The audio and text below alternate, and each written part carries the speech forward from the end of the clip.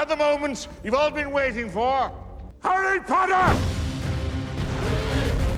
It's the 5th year at Hogwarts, and Dailies has your pass into everything Harry Potter, from innocent child to rebellious leader. I want to fight. What began as an idea has turned a child with a special gift into a worldwide phenomenon. We sat down with the stars to talk about growing up in the world of wizardry. But certainly I've got things that I wish I could tell my 13-year-old self. And they reveal how they think it all should end. I think he might die. I think Hermione and Ron will get together. I hope they will get together. Plus, find out how Harry Potter became a reality. The only way we could realise this concept was actually to do it all in the computer. Daily's Jill Simonian is at Book Soup Bookstore in Hollywood to put fans to the test. Who does Harry Potter kiss? And we've got your exclusive first look at a scene from the new movie.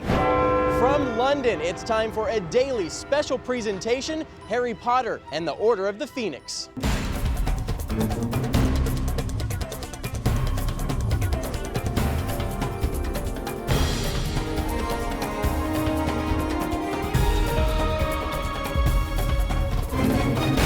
Welcome to this Daily Special. I'm Jared Hall. Today, it's all about Potter. We're taking you inside the world of Harry, his friends, his enemies, and showing you how it all came to life. I sat down with the cast who filled me in on the new movie, plus hear what they had to say about each other. It's all celebrating the release of the 5th movie in the series, Harry Potter and the Order of the Phoenix.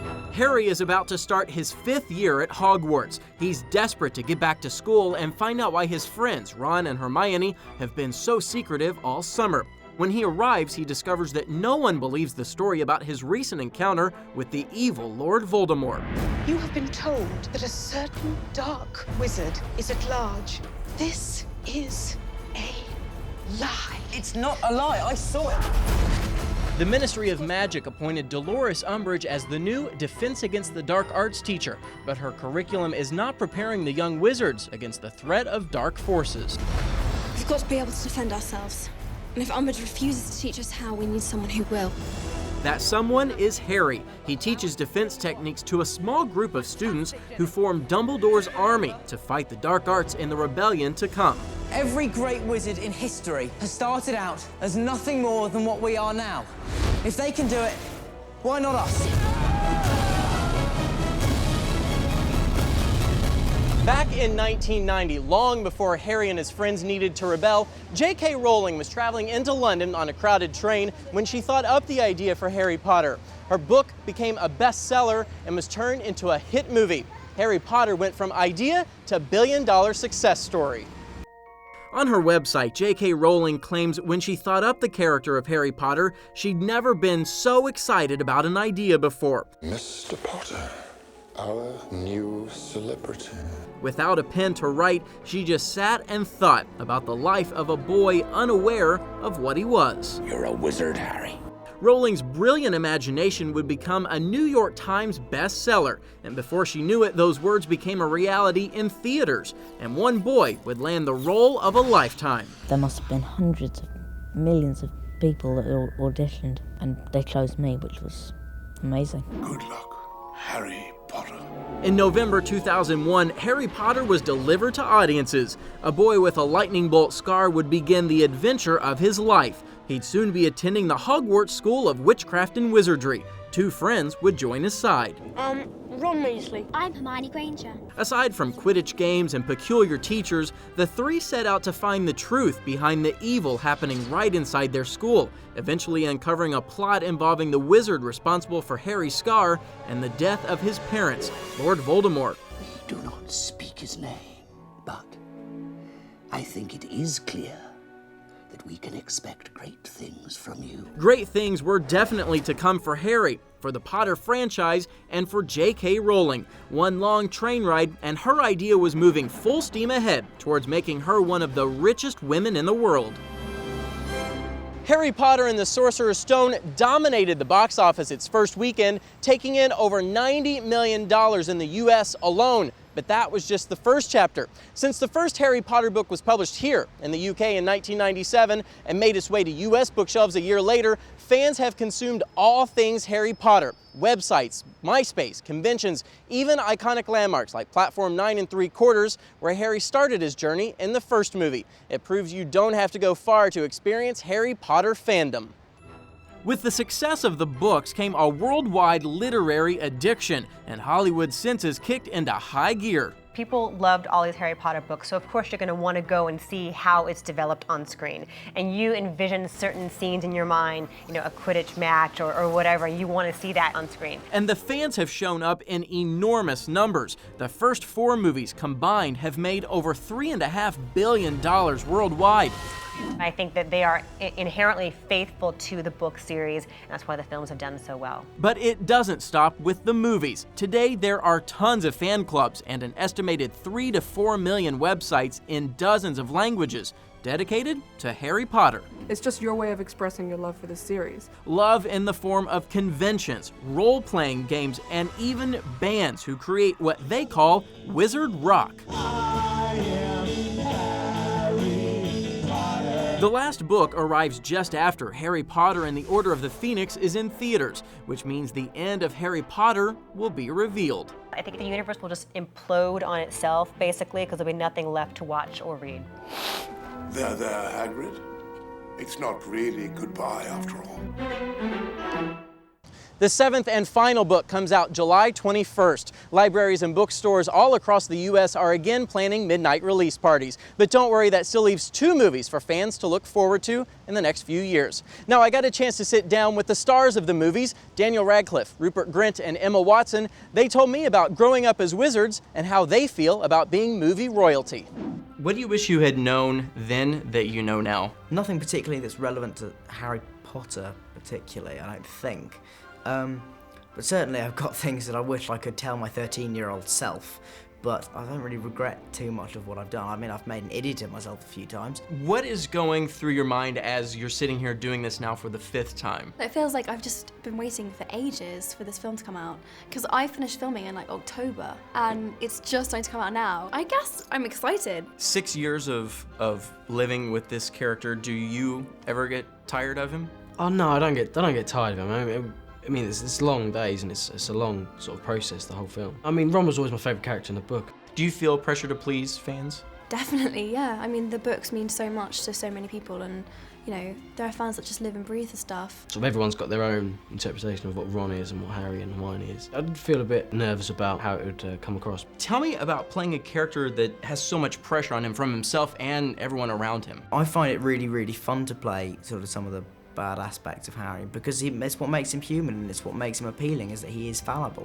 There's much more to come with Daniel, Rupert, and Emma. They'll give us the inside scoop on Order of the Phoenix and reveal how they think it all should end. We'll also take a look at the villains and troublemakers of Harry Potter.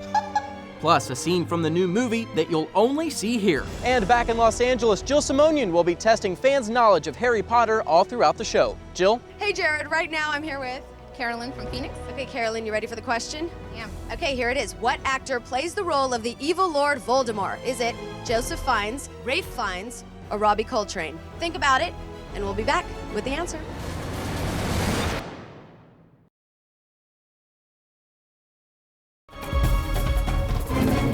Okay, Carolyn, the question was, what actor plays the role of the evil Lord Voldemort? And your answer is? Ralph Fiennes.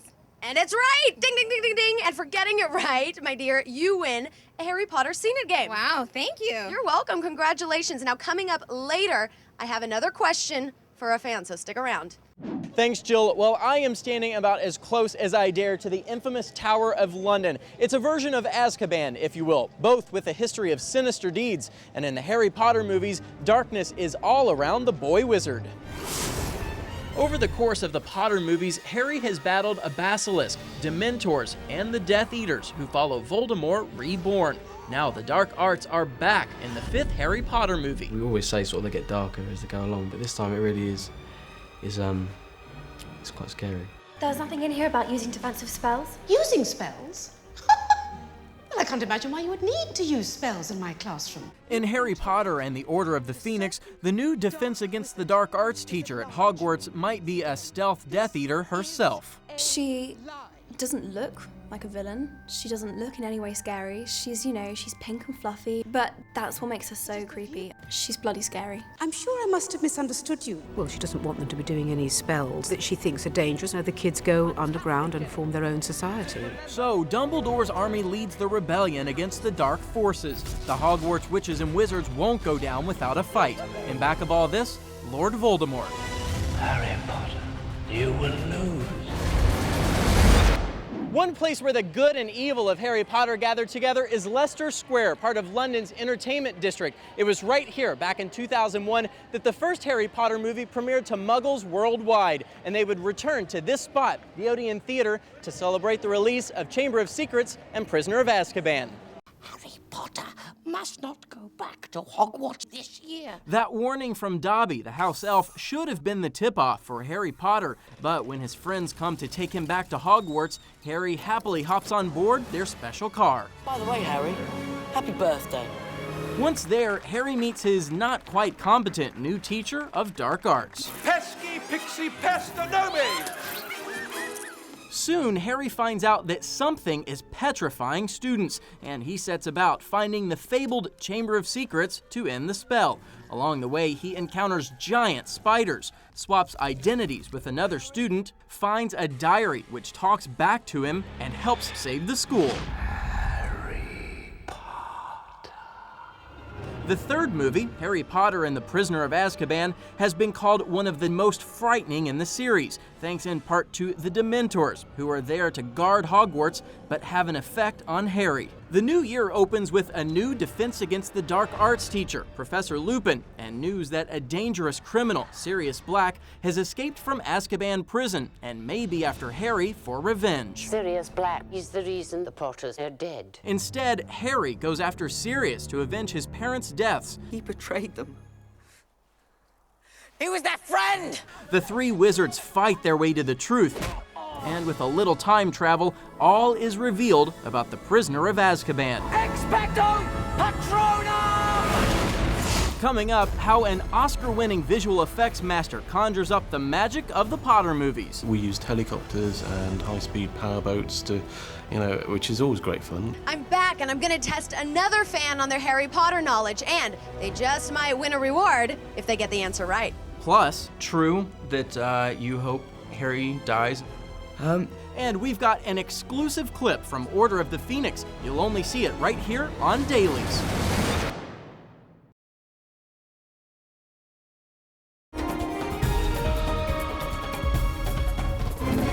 Welcome back. Right now we're in the heart of London's West End Piccadilly Circus. It was just up the street here where Daniel Radcliffe made his hugely publicized debut on stage in Equus. And just like the attention Daniel received for that show, Harry Potter got a lot of attention competing in the Triwizard Tournament and Goblet of Fire. Harry Potter and the Goblet of Fire was brought to life by director Mike Newell. In 2005, fans watched as a young Harry Potter faced off in the Triwizard Tournament. Goblet of Fire! The Goblet of Fire is everyone puts their name in the Goblet of Fire, and the Goblet of Fire chooses the three students. One student from Hogwarts, Cedric Diggory!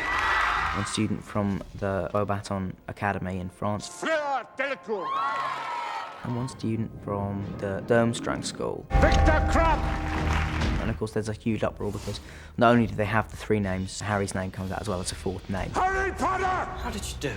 I didn't put my name in that cup. There's also a new Defense Against the Dark Arts teacher, Mad-Eye Moody, whose presence gets more mysterious throughout the movie. End of story. Goodbye, the end. But it's the tournament that captures all the action. On top of major battles, love is in the air at Hogwarts as the students prepare for the Yule Ball. But the party's soon spoiled by dark forces, and audiences got their first look at Lord Voldemort, played by Ralph Fiennes. I wanted him to be really deeply, humanly evil, not an idea of evil. Killing Cedric Diggory helped audiences see just how evil Voldemort can be. Such a handsome boy. Don't touch him! Even though Harry knows the truth, Goblet of Fire would leave you wondering whether anyone would believe that Voldemort had returned. Now, the end of Goblet of Fire was also the end of year 4 at Hogwarts, setting up for Order of the Phoenix to continue these young wizard stories. But how do the tales of Harry Potter and his friends become reality? Well, Jill Simonian's inside Warner Brothers Studios with the answer. Jill? Jared, this is the top floor of the Warner Museum here at the Warner Studio Lot. Now, on display are props, costumes, and even a sorting hat for the lucky fans and visitors who get inside. It's all from the previous 4 movies, as well as the Order of the Phoenix, and it all comes together to create the world of witches and wizards. Prepare yourself. Reelzchannel. In Harry Potter and the Order of the Phoenix, the wizarding world gets a magical assist from special visual effects producer Tim Burke. It's fantastic, actually, working on the Harry Potter films because every film has new challenges. And each time we seem to be trying to take on something more difficult and more complex. Harry has already dealt with a dragon in Goblet of Fire. For Order of the Phoenix, some gentler magical creatures appear. Other creatures like Thestrals, which are these amazing dragon winged horses. He wanted them to be very noble and regal, even though to sort of other people who saw them, they'd be quite disgusting. The first-year witches and wizards in the Sorcerer's Stone got their flight training with magical broomsticks. In Order of the Phoenix, the magic is streamlined. The flight to London was always going to be great fun because we were able to shoot real plates, and we used helicopters and high-speed powerboats to, which is always great fun. It's not a hard job when you're racing up and down the Thames with a film crew. Where's Sirius? Making its debut in Potter movies, the first entirely computer-generated set, the Hall of Prophecy. All of these shelves are filled with thousands and millions of prophecies. During the film, as the battle continues, the shelves start to collapse and tumble, and all of these glass balls rain down on the actors. The only way we could realise this concept was actually to do it all in the computer. The big climax? The final showdown between Dumbledore and Voldemort, a favourite of director David Yates. It's big and it's mad and it's crazy, but it's just keeping an eye on the kind of journey of that sequence and the fight. We're trying to make these films bigger and better every time, and that is the ultimate challenge.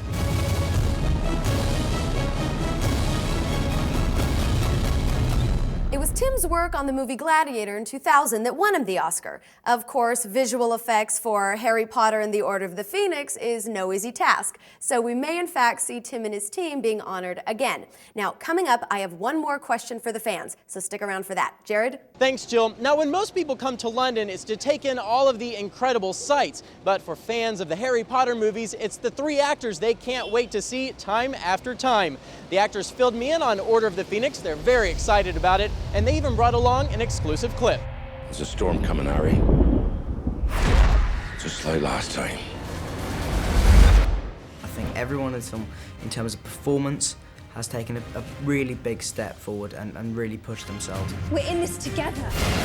In a way, they're all about friendship, but this one, that's definitely, I would say, the most key theme to it. It's got its light moments, but I mean, the storyline is pretty sort of scary, and there's some quite sort of frightening parts of it. Look at me!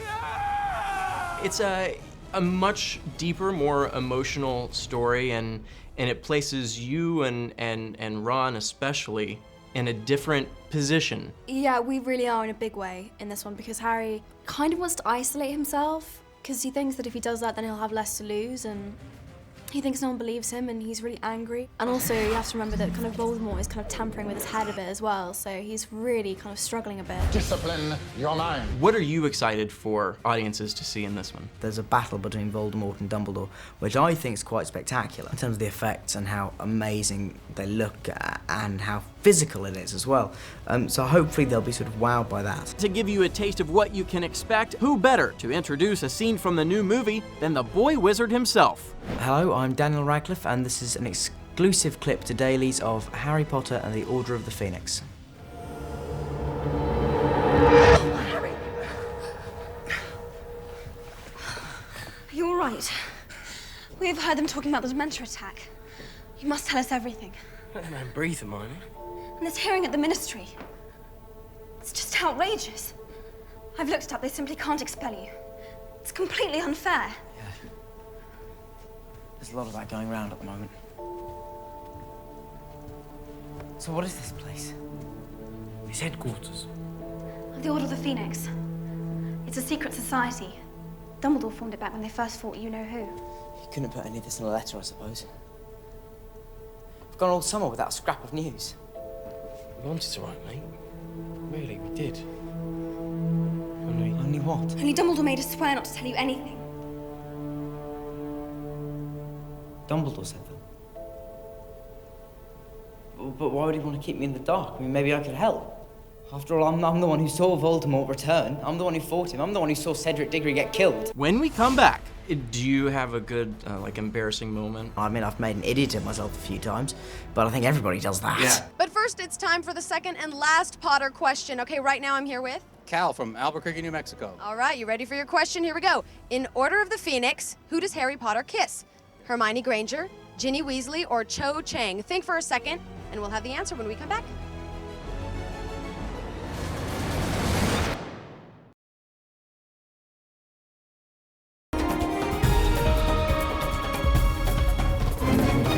Okay, Cal, so who does Harry Potter kiss in Order of the Phoenix? Cho Chang. Cho Chang is right, and you know what you get for winning?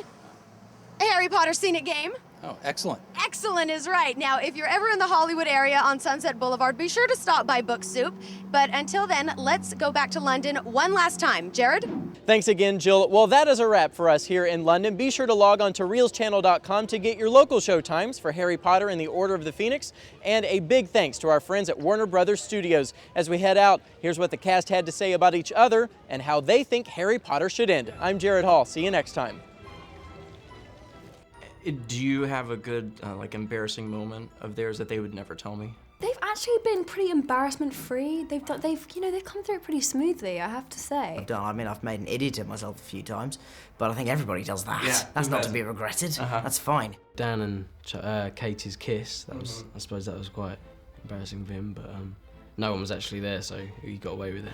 What's your biggest pet peeve of these guys? Dan plays his music too loud, and Rupert says yeah and too much. But I love them both to bits. But those would be my pet peeves. True that you hope Harry dies in the 7th book? I don't hope he dies. I think he might die, but I don't know, because based on nothing, I have no idea what's happening in the 7th. I, like Dan, have a really nasty feeling Harry might have to go for Voldemort to go. Quite depressing, but I think he might get killed off. I don't know, I think it's the Ron and Hermione thing as well. I think Hermione and Ron will get together. I hope they will get together, because I just think that they will be just the sweetest couple and really kind of they're just chalk and cheese, but it works. I think that's it, really.